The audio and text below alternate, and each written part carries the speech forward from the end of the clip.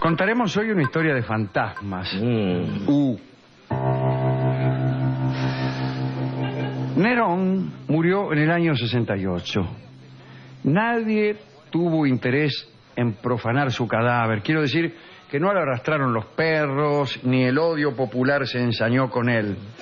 A la mañana siguiente de su muerte, la fiel Actea, que había sido su nodriza, además de su amante, ¿no?, rescató el cuerpo, lo quemó y sepultó las cenizas en una bóveda. Las posteriores administraciones imperiales tuvieron buen cuidado de borrar los disparates urbanísticos de Nerón. Después, Vespasiano y Tito hicieron construir el nuevo Coliseo en los terrenos de la Domus Aurea, el nuevo palacio que Nerón había empezado a construir sobre las ruinas del incendio, ¿no? Recordemos que se sospecha que Nerón incendió Roma. Y parece que la incendió por razones urbanísticas. O sea que ese criterio de una gigantesca destrucción sobre la cual se edificaría un lugar mejor no es nuevo. No es nuevo. Los ingleses lo hicieron después con cierto éxito, ¿no? Hasta que vino el arquitecto Wren. Es verdad. El nuevo Coliseo, construido por Vespasiano y por Tito, es el que conocemos nosotros, el de las fotos. Ese vino después de Nerón. Bien. No hubo emperador posterior que no aprovechara los restos de las construcciones, no solo de Nerón, sino de cualquiera, en beneficio propio. Trajano, el gran Trajano, aquel en cuyo reinado el imperio alcanzó su mayor extensión. Primer extranjero, además, en ser coronado, el español, Trajano. Claro, español. Terminó de liquidar la arquitectura de Nerón, lo último que quedaba, los últimos ladrillitos, los últimos mármoles, edificando sus termas. Todavía en la Edad Media y aún en el Renacimiento, los mármoles romanos se utilizaban para construir desde iglesias cristianas hasta villas de macanudos. Sí, el Coliseo fue saqueado brutalmente. El Coliseo y el famoso y mucho mayor Circo Máximo, que era totalmente de mármol y que tenía una capacidad de más de 200.000 espectadores, no era como una cancha de fútbol, sino más bien como un hipódromo. Era ovaladito. Porque era en realidad un hipódromo. Y bueno, no quedó nada de eso. ¿Por qué? Porque fue usado como cantera. Claro. Como cantera. Y aún en tiempos bastante cercanos, como puede ser el Renacimiento, quedaban algunos de estos mármoles que eran usados como acabo de decir. Ahí, Muy bien. Lo que no resultó fácil de aprovechar fue el fantasma de Nerón. Aunque algunos han asegurado ver al espectro del emperador revoloteando cerca del Tevere, todas las crónicas apuntan a que el lugar donde enterraron las cenizas fue otro. La explanada de la que arrancaba la vía Flaminia, parece que allí fue donde depositó Actea la urna con las cenizas de Nerón. Se ha visto pasar al fantasma de Nerón como ráfaga, dejando caer un leño encendido. Cuando pasa algo así como una ráfaga y se cae un leño encendido, estamos ante la certeza de que se trata del fantasma de Nerón. Este es un método científico. Dicen que el leño encendido que deja caer Nerón es también fantasmal, lo cual facilita muchísimo las cosas. Jamás se lo ha visto vistiendo toga al fantasma de Nerón, sino con una pesada coraza. Lo de pesada es inapropiado. Absolutamente. Este fantasma se ríe y sangra. No porque haya una relación de causa-efecto entre una cosa y la otra. A menos que son dos actividades independientes. A menos que el tajo sea la sonrisa, ¿no? Podría ser. La forma de los viejos poetas decir pavada, pero... No habla jamás este fantasma, pero a veces canta. El lugar donde se creyó enterrada la urna de Nerón se convirtió durante siglos en centro de reunión de hechiceros que buscaban inspiración para sus conjuros y ceremonias. Había allí un aquelarre muy famoso, uno de los aquelarres más concurridos de Roma. Y es bueno que el hechicero sepa dónde ir a inspirarse. ¿Dónde ir a buscar? Ah, claro. No es cualquier lugar. No es cualquier lugar aquel donde se produce el hecho mágico, como no es cualquier lugar aquel en donde se produce el hecho artístico. El fantasma no aparece en Nazca y Tequendama. No. El fantasma aparece donde ha habido una fuerte historia. Véase la propensión de los fantasmas para habitar en teatros, por ejemplo, ¿no? Claro, porque allí ha habido mucha gente y ha habido mucho sufrimiento y ha habido mucho pensamiento y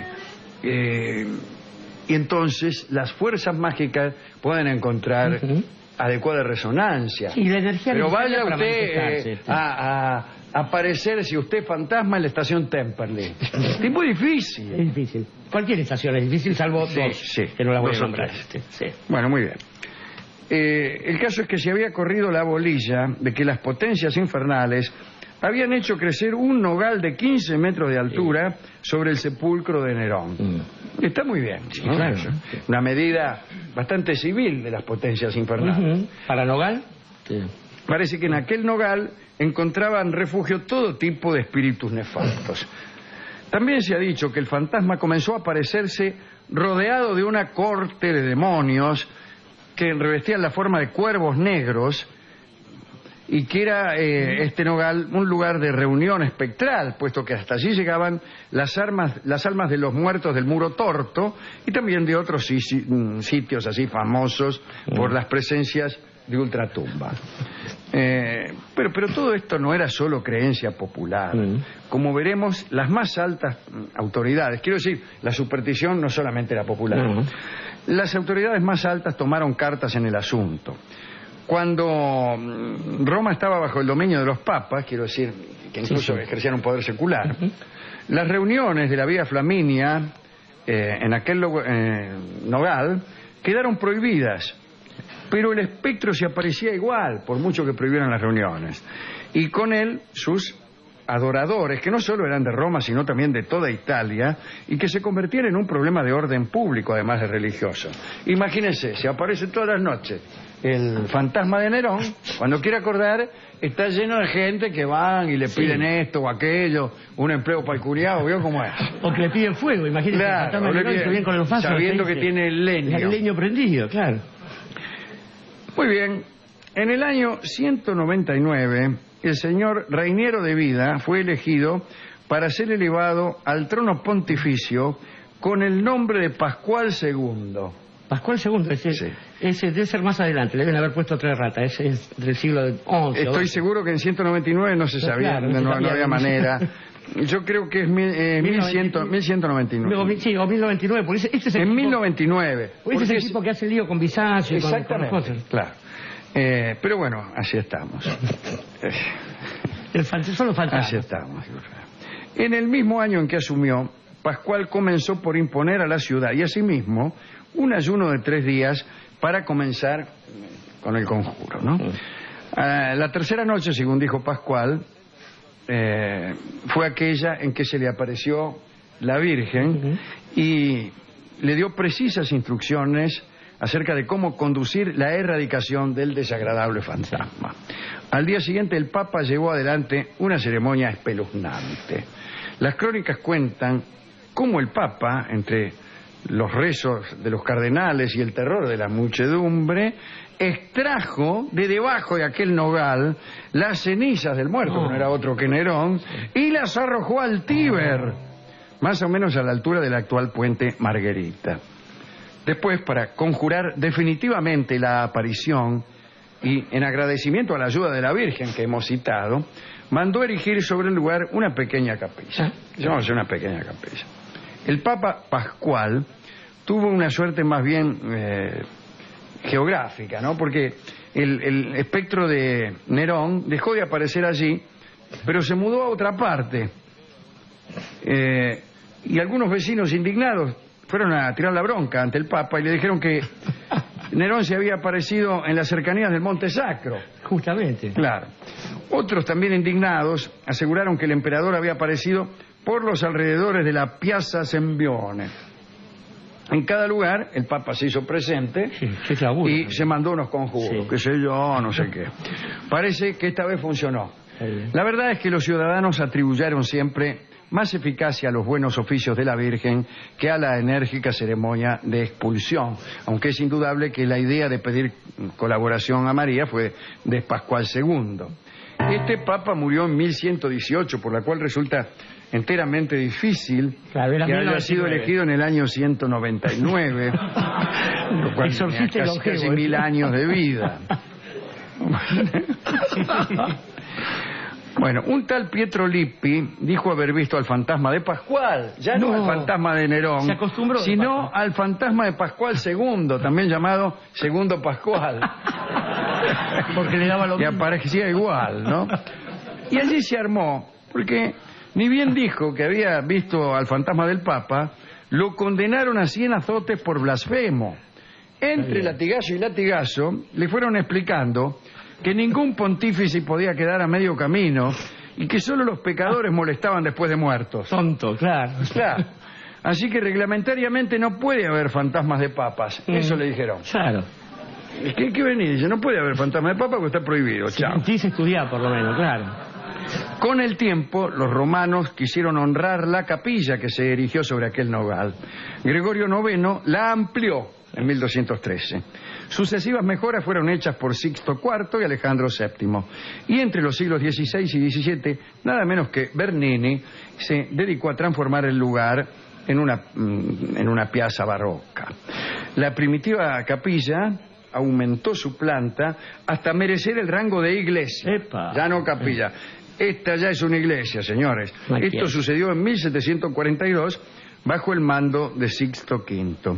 Y es la actual Santa María del Popolo. Esta era. Esa que usted decía. El Popolo, que no la mayor. Que es la que guarda el secreto del fantasma imperial junto a algunas obras de arte, no muchas. Según se dice, el altar mayor está justo sobre el anterior emplazamiento de las cenizas malditas y en la cúpula unos relieves recuerdan, junto a los pormenores de la historia, las ramas y las hojas del nogal embrujado. Que así que, viajero que llegas a Roma, si quieres,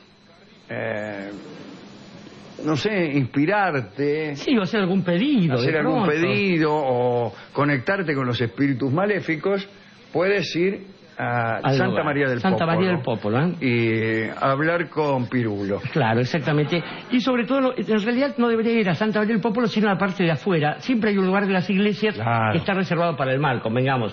Incluso aquello que pasamos por la vida. Adentro no te conviene, claro. Adentro no te conviene porque queda mal, además, vestirse así como un tipo. Estaba pensando, Alejandro, también en Actea, que de algún modo tuvo un gesto simpático para quien no se merecía ningún gesto, como el tipo Nerón, ¿no? Nerón.